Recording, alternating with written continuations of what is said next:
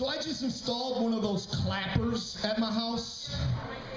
So now every time I slap my old lady around, the lights kick on and off in the trailer.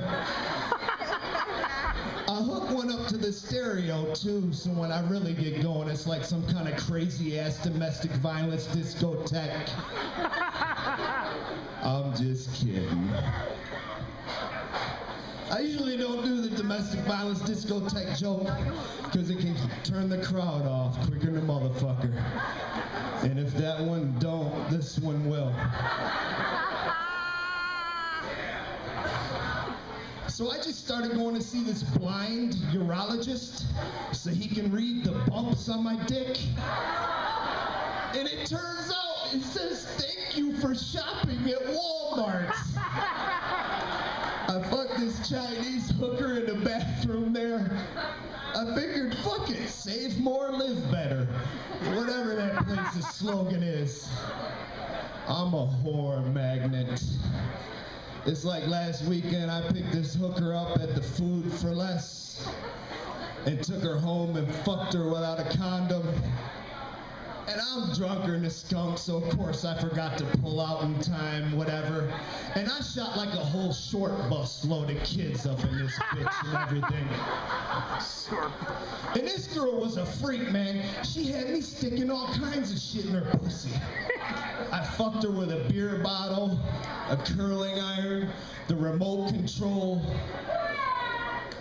I'm playing with her pussy, flipping through the channels on the television at the same time. So we wake up the next morning, she looks over at me and says, "What are you gonna do if I end up getting pregnant?" So I says, "Well, I'll tell you what, if you don't have your period, come on back over and I'll fuck you with the toilet plunger." It gets worse. It gets fucking worse. I remember I knocked this one whore up one time. She wanted me to give her $40 for the morning after pill. I said, "Shit, bitch, I ain't got that kind of money, but I will throw you a couple bucks and you can go down to the 99-cent store and get you a pack of coat hangers." Woo! Damn! I remember I used to fuck with this one hooker on the regular that I like to call her Maytag, because you had to wash her and dry her before you could go anywhere near that shit. I'm telling you, this bitch was so rank, I stuck a bunch of grapes up in her pussy and she started shooting out raisins at me. By the way, I'm not one of these comedians that you're ever gonna see sitting on the couch of Jay Leno. You got a better chance of seeing me on Crime Stoppers. And you say, "I seen that not too funny drunk bastard. He was good." So last weekend outside the bathrooms at the Gold Coast, I seen this dude sitting down with a purse on his lap. So I said, "Damn, man, that's kind of nice of you. You waiting for your wife to come out, huh?" He said, "No, monsieur, I'm from France. This is a Euro bag." So I says, "Well, here in America, we call that a Eurofag." Fag? And he gave me a cigarette. They call cigarettes fags in Europe. They got it, and it just wasn't funny. So I've been in Vegas about 6 months now. I got like 5 or 6 roommates. I'm not exactly sure how many. I ain't met them all yet.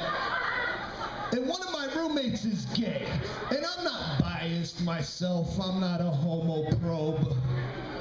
What you do in your home or put in your mouth is your business. And I'm not gay myself. My dick's been known to get a little confused from time to time. But who's in Vegas has it? So I come home one day, I walk in the door, and he's blowing a guy dressed up in a cop uniform. My roommate's also Jewish, by the way. I fucked that joke up. So I says, "Goddamn, Harvey, I thought you people didn't eat pork." And it turns out the guy dressed up in the cop uniform was a Hebrew national, so everything was kosher after all. My ex-wife is Jewish, and her father's one of these people that likes to have the deep theological discussions all the time, which really ain't my thing, you know. I remember he had me over for dinner. He's trying to feel me out. I'm trying to impress this man. I'm trying to say all the right things. So he says, you know, Rock, there's people out there that dislike the Jewish community because they say we killed Jesus. What do you think? So I thought about it for a minute, and I says, well, you know, maybe the guy had it coming. Did anybody ever think of that? Wow. My grandma said I was going to hell for telling that joke, because that's who I used to break in all my new material with. We sit around and get high together. I start telling jokes. I said, no, I'm not, Grandma. I'm going to hell for telling this one. Where are all the necrophiliac support groups? I've never seen one. I don't think they exist, but if they did, I think a good slogan would be necrophilia. Crack open a cold one. Whoa! Good Lord, look at these bitches from this fucking porn star band type. Oh my God. I would rob 7-Elevens from here to Portland, Oregon for you. I would get you the biggest diamond ring money could steal. Cause I'm a good catch, right? I might not be able to hold down a job, but I can hold down a reclining chair like a motherfucker. I can hold down the remote control and play with your pussy at the same time. I can hold down the clerk at the 7-Eleven while I'm robbing him at gunpoint and clearing out the cash register with the other hand. I love eating pussy. I love that so much I should have been born a lesbian, because I'm a strict vegetarian. And I've ate all kind of different girls' pussies, black, white, Hispanic, Asian. My buddy asked me the other day if there was any difference in the taste. So I said, I don't know, man, but I do think it's got something to do with the flavor of Kool-Aid their mamas fed them when they was growing up. Some people like grape, some people like fruit punch. And apparently, some people drink teriyaki sauce.